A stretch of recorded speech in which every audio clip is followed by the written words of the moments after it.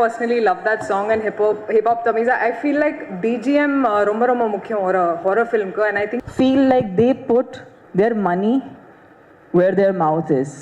இமயமலையெல்லாம் தாண்டி வந்தவங்களால பிரம்மபுத்திரா நதியை தாண்டிக்கிற காடுகளை தாண்ட முடியாதா? அதே மாதிரி எத்தனையோ பெரிய பெரிய வீரர்கள்லாம் ஜெயிச்சவங்க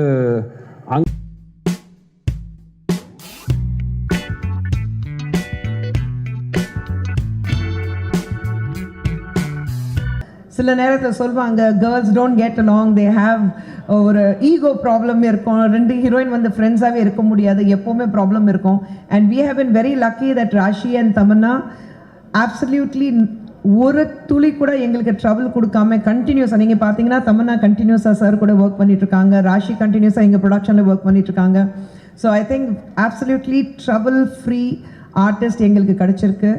but once again a huge thank you for my huge thank you to my husband. ஏன்னா அவர் இருக்கிறதுனால நாங்கள் அவர் எப்போவுமே சொல்லுவார், நான் சேத்துல கால் வச்சாதான் நீங்கள் ஊரெல்லாம் சுற்ற முடியும். So keeping us happy and keeping the family together. Thank you very much. About Tamanna, we've ஒரு படத்துல already we've worked in Telugu and இப்போ தமிழ்ல கூட I think people are looking forward to the song specifically. கண்டிப்பா எங்க ரெண்டு பேரோட dance உங்களுக்கு ஒரு நல்ல ட்ரீட்டா இருக்கும் for sure. I personally love that song and hip hop Tamiza. I feel like BGM ரொம்ப முக்கியம் ஒரு horror film ku, and I think he's done a great job with songs, with the BGM, with the RR that I mean it elevates the film, so thank you for that. Cinematography is romba mukkiyam, and I want to thank sir for making us look great, for giving us the chills. Thank you Kicha sir, wherever you are. Where are you sir? Thank you sir, thank you for that. And for all my co-stars, Yogi Babu sir, Sarla ma'am, I've had more scenes with them. Thank you for being such wonderful co-actors. Sundar C sir, Khushbu ma'am, எனக்கு Tamil film இண்டஸ்ட்ரியில் family மாதிரி. And they are people who I always feel like they put their money where their mouth is, which I think is very brave. We keep talking about we should make more female oriented films, we should empower women. இந்த மாதிரி பேச்சுங்கள் நிறையா பேர் பண்ணிட்டே இருப்பாங்க, ஆனால் அது பற்றி ஒன்றும் பண்ண மாட்டாங்க. சுந்தர் சி சார் மாதிரி ஒரு டைரக்டர் என்ன படம் வேணாலும் அவங்க பண்ணலாம். ஆக்ஷன் படமும் ரொம்ப ரொம்ப பிரமாண்டமாக எடுத்திருக்காங்க. ஆனால் இந்த மாதிரி ஒரு female oriented film which has a lot of emotion and sensitivity, அதுவும் சார் பியூட்டிஃபுல்லாக காமிச்சாங்க, எஸ்பெஷலி ஹாரர் காமெடி ஜானரில். அண்ட் குஷ்பு மேம், நீங்கள் என்ன what can you not do? I want to know, because you are the definition of a perfect woman.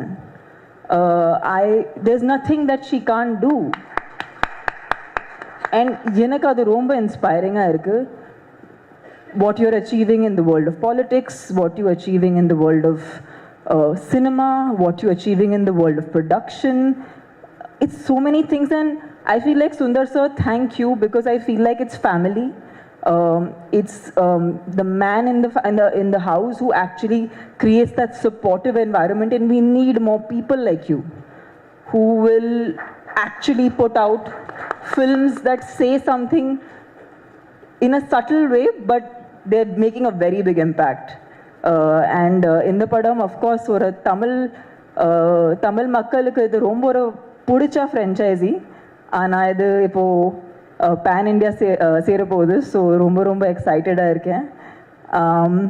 அரண்மனை 4 1 2 3 எப்படி மிகப்பெரிய வசூலில் மிகப்பெரிய வெற்றி படங்களாக அமைந்ததோ, அரண்மனை 4ம் மிகப்பெரிய வெற்றி படமாக அமையும் அப்படின்னு வேண்டிக்கிறேன்.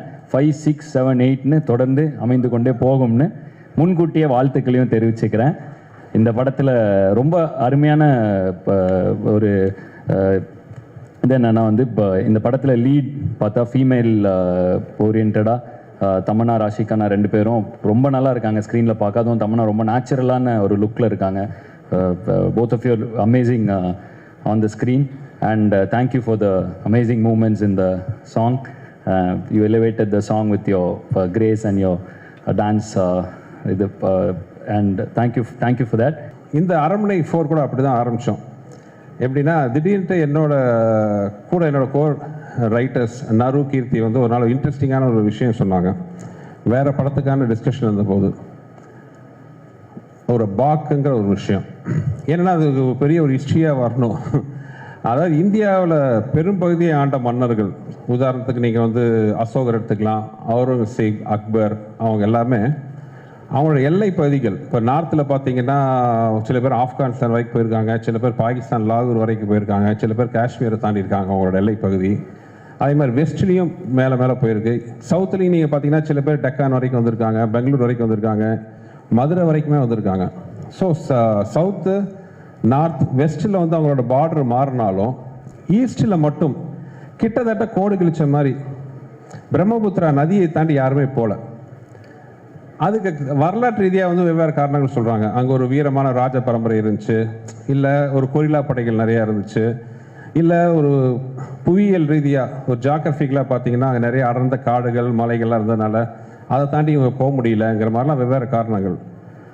பட் நாங்கள் பேசும்போது அதை எங்களால் யோசித்தோம், ஏன்னா ஒரு இமயமலையெல்லாம் தாண்டி வந்தவங்களால வந்து பிரம்மபுத்திரா நதியை தாண்டிக்கிற காடுகளை தாண்ட முடியாதா? அதே மாதிரி எத்தனையோ பெரிய பெரிய வீரர்கள்லாம் வந்து ஜெயித்தவங்க வந்து அங்கே இருக்கிற பர்டிகுலர் சோல்ஜர்ஸ், அது கொரில்லா படையாக இருக்கட்டும், ராஜ பரம்பரையாக இருக்கட்டும், அவங்கள ஜெயிக்க முடியாதா? இந்த மாதிரி கொஞ்சம் கேள்விகள்லாம் எங்களுக்கு எழுந்துச்சு. அப்போ வந்து 4வதா இன்னொரு காரணமும் வந்து அங்கே பேசிக்கிறாங்க பொதுவாக. என்னன்னா இவங்க அந்த எல்லையை தாண்டாததுக்கு காரணம் அங்கே இருக்கிற வீரர்களோ இல்லை இப்போ ஜாகிரபிக்கல் ரீதியாக இருக்கிற மற்ற விஷயங்களுக்கு மீறி அவங்க அங்கே அந்த எல்லையை தாண்டாததுக்கு காரணம் பயம் அப்படின்னு ஒரு அங்கே இருக்கிற சில சாரார்கள் வந்து இன்னும் சொல்லிட்டு இருக்காங்க. அது என்ன பயம்னா பேய் பயம். அந்த இப்போ நீங்கள் பார்த்தீங்கன்னா அந்த பிரம்மபுத்திரா நதியை தாண்டி நிறைய அந்த பழங்கதைகள், அந்த ஃபோக்லோர்னு சொல்லுவாங்க, அந்த மாதிரி நிறைய பழங்கதைகள்லாம் உலாவிட்டு இருக்கு. அதில் ஒரு இன்ட்ரெஸ்டிங்கான ஒரு கேரக்டர் தான் அன்றைக்கி எங்கள் டிஸ்கஷனில் அவங்க சொன்னாங்க, அந்த தகவல் பாக் அப்படின்ட்டு ஒரு விஷயம்.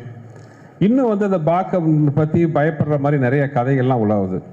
அந்த பாக் நீர்நிலையில் இருக்கும், யாராச்சும் போனாங்களோ அவங்கள அடிச்சுட்டு அவங்க உருவத்தை எடுத்துட்டு அவங்க வீட்டுக்கு போய் அங்கே இருக்கிறவங்களாம் கூட்டு வந்து அவங்கள அடிச்சிடுங்கிற மாதிரி நிறைய அதை சுற்றி கதைகள்லாம் உலாவுச்சு. அந்த பாக்கை அடிமைப்படுத்திட்டா அது நினச்சதெல்லாம் சாதிக்கலாம், அதை அடிமைப்படுத்த போய் அதனால் செத்தவங்க பல பேர் இருக்காங்கலாம் நிறைய கதைகள். இதை கேட்கும்போது எனக்கு ஒரு இன்ட்ரெஸ்டிங்காக இருந்துச்சு. ஸோ இதுவே வந்து அரண்மனை 4க்கு ஒரு ஆரம்ப புள்ளியாக அமைஞ்சுது. ரொம்ப இன்ட்ரெஸ்டிங்காக இருந்துச்சு. ஏன்னா அரண்மனை இது வரைக்கும் 1, 2, 3 எல்லாம் பார்த்தீங்கன்னா வந்து அது ஒரு பர்சனல் வெஞ்சன்ஸ் வச்சு தான் அந்த கதையை எல்லாம் இது வரைக்கும் மூவ் பண்ணியிருக்கோம். அப்படி இல்லாமல் இந்த மாதிரி ஒரு இன்ட்ரெஸ்டிங்கான ஒரு விஷயங்கள் நம்ம படத்தில் கொண்டு வந்தால் ரொம்ப நல்லா இருக்குன்னு தோணுச்சு. அப்படி ஆரம்பிச்சது தான் அரண்மனை 4. இருந்தாலும் எனக்குள்ள அப்போ நான் ஆக்சுவலாக வேற ஒரு படம் ஒர்க் போயிட்டு இருந்துச்சு. ஸோ மனசுக்குள்ளே ஒரு ஆசோசியேஷனு, அரண்மனை 4 ஸ்கிரிப்ட் ஒர்க்கில் உட்காரலாமா? ஏன்னா ஒன்ஸ் அந்த ஒரு ஐடியான்னு வந்தோன்னே பார்த்தீங்கன்னா ஒரு எம்டி இடத்துல தண்ணீர் விட்டு அந்த கடை நிரம்பும். அந்த மாதிரி ஒரு இன்ட்ரெஸ்டிங்கான ஒரு ஐடியா கிடச்சிருச்சுன்னா உடனே நமக்கு என்ன ஆகும்னா ஒரு பரபரங்கும், உடனே அந்த ஸ்கிரிப்டை பண்ணணுமேட்டு. அப்படி தான் வந்து ஸ்கிரிப்ட் ஒர்க்கும் போயிட்டு இருந்தாலும் சின்ன ஆசோசியேஷன், ஏற்கனவே கமிட்டான அந்த படம் ஒர்க் ஆரம்பிக்கலாமா இதை ஆரம்பிக்கலாமான்ட்டு. அப்போ நான் ஒரு வேலையாக பாம்பேக்கு போகிறேன். போகும்போது ஃப்ளைட்டில் என் கூட வந்து ஒரு 8th or 9th படிக்கிற ஒரு சின்ன பொண்ணு வந்தாங்க அவங்க பேரண்ட்ஸோட. அந்த பொண்ணு ஃப்ளைட்டு ஃபுல்லாக என்கிட்ட விடாமல் கேட்டுட்டு இருக்கிற ஒரு விஷயம், அரண்மனையை எப்போ அடுத்ததுன்ட்டு. அதே மாதிரி அதை முடிச்சுட்டு நான் சாயங்காலம் நைட்டு ஃப்ளைட்டில் வரேன். அதே மாதிரி இன்னொரு பொண்ணு ஒரு 9th or 10th படிக்கும். அவங்க அப்பா அம்மா கூட வந்து நான் கடைசி பஸ்ஸில் ஏறுறேன். அந்த பஸ்ஸில் ஏறிட்டு, சார் உங்கள் பஸ்ஸில் தான் ஏறணும் வெயிட் பண்ணிகிட்டு இருக்கா அப்படின்ட்டு. என்னம்மாண்ணா, இல்லை நான் அரண்மனை ஃபேனு, எப்போ நீங்கள் அரண்மனை ஆரம்பிக்கிறீங்க அங்கிள் கேட்டுச்சு. நான் வந்து இது எனக்கு வந்து ஒரு சைன் மாதிரி தெரிஞ்சுது. நானே குழப்பத்தில் இருந்தேன், இந்த படமா அந்த படமாட்டு. அப்போ எனக்கு ஒரு கிளியராக வந்து ஒரு முடிவு எடுத்தேன். அந்த குழந்தைகிட்டே சொன்னேன், நான் அரண்மனை 4 எடுக்க போகிறோமா, நீ எல்லாத்தையும் சொல்லு, இந்த படம் நான் எடுக்கிறது உனக்காக அப்படின்னு சொன்னேன். அந்த பொண்ணு எங்கேயாச்சும் இது பார்த்துட்டுச்சுன்னா, தேங்க்ஸ்மா, உனக்கு வாக்கு கொடுத்த மாதிரி அரண்மனை 4 ரெடியாக இருக்குது, நீ பார்த்துட்டு உன் கருத்தை சொல்லணும். அந்த படம் பார்க்கும்போது அந்த தமன்னாவோட கேரக்டர், இந்த இம்பேக்ட் இட்ஸ் கிரியேட்ஸ் நமக்குள்ளே அவ்வளோ இதாக இருந்துச்சு. ஸோ தமன்னா அப்படி ஒரு இம்பேக்ட் பண்ணிவிட்டு எண்டில் வந்து டக்குன்னு ஒரு மாஸ் சாங் போடணுமான்னு யோசித்தேன். அப்புறம் ராஷிக்கு நான் என்ன திட்டுவாங்கன்ட்டு அந்த சாங் அப்புறம் பண்ணிட்டேன். அந்த அளவுக்கு வந்து தமன்னாவோட கேரக்டர் அவ்வளோ அருமையாக இருந்துச்சு. தேங்க்ஸ் தமன்னா. சார், அரண்மனையை விட்டு வெளியே வர மாட்டேங்கிறீங்க. ராஜாவாக இருக்கிறது சௌரியமாக இருக்குங்கிறதுனாலயா, இல்லை ராணிகளை மட்டும் மாற்றிட்டு நம்மளே ராஜாவாக இருக்கலாமுங்கிற எண்ணத்தினாலயா? கேட்க நல்லா தான் இருக்கு.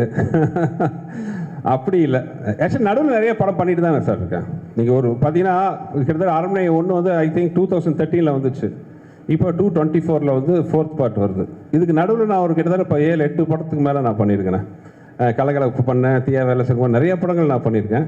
பட் நீங்கள் கேட்குறது அது ஒரு வகையில் அரண்மனை வந்து ஒரு ரொம்ப ஒரு வசதியான ஃப்ரான்ச்சைஸ். உண்மையை சொல்ல போனால் எனக்கு வந்து நான் யார் வாசலையும் போய் எந்த படத்துக்காக யார்ட்டையும் போய் நின்னதே கிடையாது. நான் என்ன நம்பி படம் எடுக்கிறேன், எனக்கு பிடிச்சவங்களோட சேர்ந்து ஒர்க் பண்ணுறேன். அப்படி இருக்கும்போது வந்து அரண்மனை வந்து எனக்கு ரொம்ப ஒரு கம்ஃபர்ட் ஜோனாக இருக்குது. நீங்கள் சொன்ன மாதிரி அடிஷ்னல் அட்வான்டேஜஸ் ராணிகள் இருக்காங்க சார். அதே மாதிரி சார் சுந்தர் சார், அதே மாதிரி ஒரு பெரிய பெரிய நடிகைகள் ஒரு 2-3 ரவுண்டு வந்துட்டு கொஞ்சம் அவங்க பிரேக் எடுத்துக்கலாம், கொஞ்சம் ரெஸ்ட் எடுத்துக்கலாம்னு நினைக்கிறப்ப உங்கள் படத்தில் வந்து திருப்பி அவங்க அடுத்த ரவுண்டை ஸ்டார்ட் பண்ணுற மாதிரி ஒரு சூழல் வருது.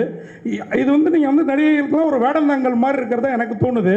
ஒருவேளை மேடமும் ஆர்டிஸ்ட் அப்படிங்கிறதுனால அவங்களுக்கு அந்த மாதிரி அவங்கள சார்ந்தவங்களுக்கு நம்ம சப்போர்ட்டாக இருக்கணும் அப்படிங்கிறதுக்காகவே இந்த மாதிரி படங்கள், ஏன்னா நல்லா ஓடவும் செய்யுது அந்த படங்கள், அப்படி ஒரு ஃபீல் உங்களுக்குள்ளார இருக்கோ?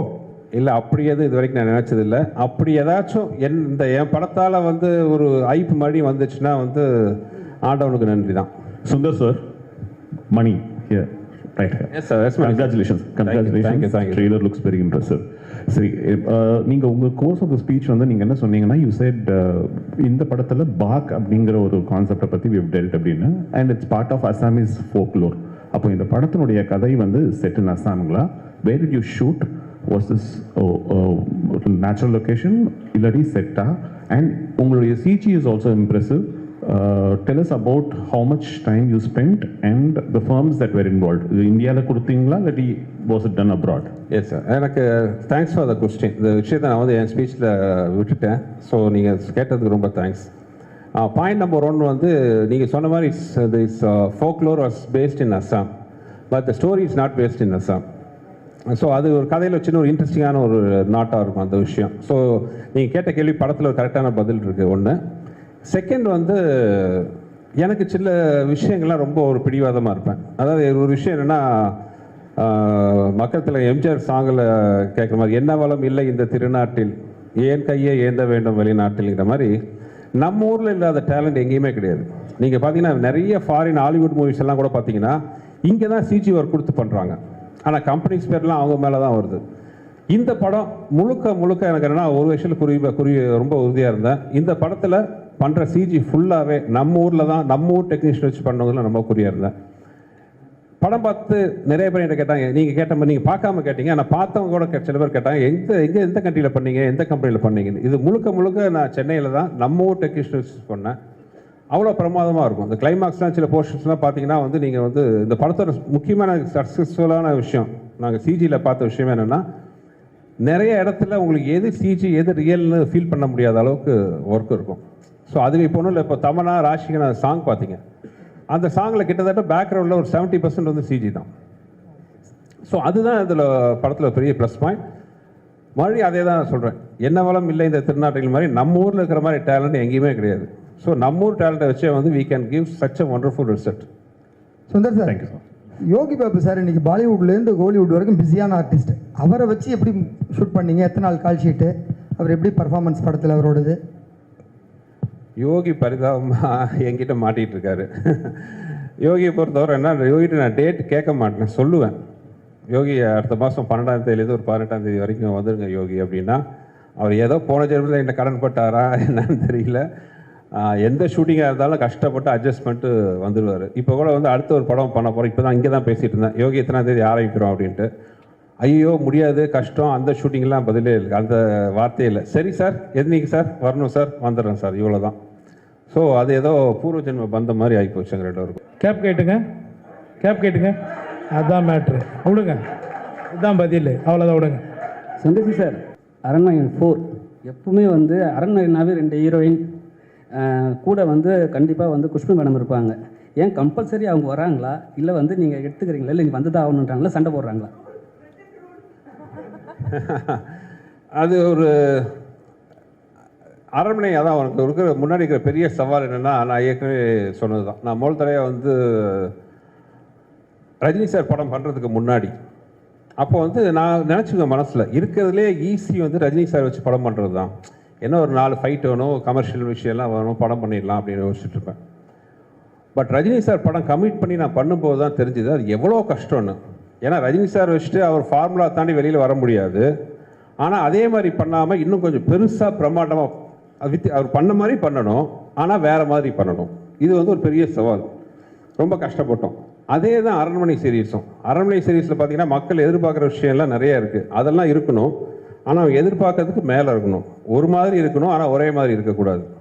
அந்த ஒரு மாதிரி இருக்கிற விஷயத்தில் முக்கியமான விஷயம் என் ஒய்ஃபும் கூட ஒரு சென்டிமெண்ட்டாக வந்து இன்னொன்று அவங்க என்னோட படத்தில் கெஸ்ட் ரோல் நடித்த படம், என் படம் ஹீரோ நடித்த படமாகட்டும், கெஸ்ட் ரோல் நடித்த படம் எல்லாமே வந்து நல்லா வெற்றி பெற்றிருக்கு. ஸோ அதுவும் ஒரு வீட்டில் சொல்லி பயமுறுத்துவாங்க. ஸோ இதெல்லாம் ஒரு முக்கியமான காரணம். யோகி சார் சொல்லுங்கள் சார். சுந்தர்சி சார் படத்தில் கவுண்டமணி என்ன நடித்தார், வடிவேல் சார் நடித்தார், சந்தானம், நீங்கள் 4வது தலைமுறையாக நடிக்கிறீங்க. ஆமாங்க. ஆனால் இப்போ உள்ள சமீப கால படங்கள்லாம் நாங்கள் தேட்டரில் சிரிச்சே ரொம்ப நாள் ஆகிட்டு. அவர் படம்லாம் விழுந்து விழுந்து சிரிப்போம், வயிறு வலிக்க சிரிப்போம். தேட்டரில் காமெடியும் இல்லை, ட்ராக்கும் இல்லை, ரொம்ப மைனஸ் ஆகிடுச்சு. அதுக்கு என்ன சென்சாரில் நீங்கள் கொஞ்சம் ஹெல்ப் பண்ணுங்க போயிட்டு. ஏன்னா கவுண்டமணி சார் ஒரு நேரத்தில் வந்து டே காமெடி தலையா அந்த தலையாக சொன்னார், எல்லாம் சிரித்தோம். இப்போ டேனாலே அது சென்சார்ன்றாங்க. அதை நீங்கள் முதல்ல கரெக்ட் பண்ணிட்டு வந்தீங்கன்னா கரெக்டாக.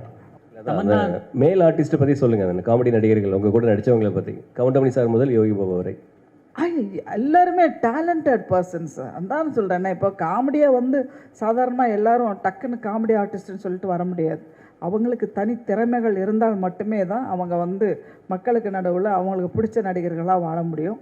அப்படி இருக்கிற பட்சத்தில் கவுண்டமணி சார்லேருந்து இன்றைக்கி யோகி பாபு அவர் வரைக்குமே வந்து உங்களுக்கு பிடிச்சதுனால தான் இப்போ அவரை பற்றி என்கிட்ட கேட்குறீங்க, சரியா? உங்கள் எல்லாருக்கும் அவரை பிடிக்குது இல்லையா? அப்போ அவர்கிட்ட ஏதோ ஒரு திறமைகள் இருக்குது. திறமைகள் இல்லாமல் யாருமே வந்து காமெடி நடிகராக வர முடியாது.